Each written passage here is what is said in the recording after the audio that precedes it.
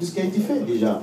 On va probablement créer une commission spéciale qui va se pencher sur la question. Je présume que ça va être le cas. On n'aura pas à faire une autre commission comme vous chantez l'or, écouter encore bien des gens qui vont emmener des dossiers, que tous les groupes, les intervenants, les groupes viennent présenter des projets. Donc on a déjà des études qui ont été faites, on a beaucoup on a eu justement cette commission.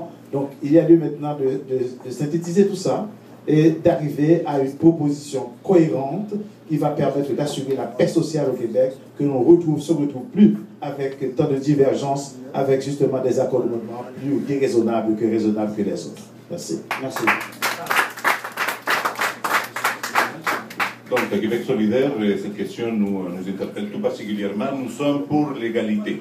Nous ne voulons pas créer au Québec deux catégories de citoyens et citoyennes, les bons citoyens et les mauvais citoyens qui portent les hijabs ou qui portent un signe religieux.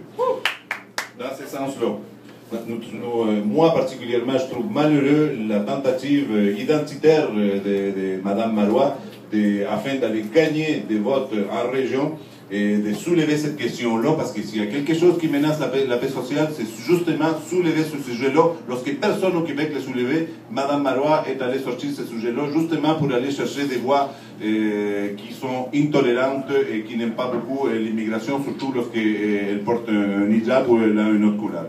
Donc nous, notre position est très claire.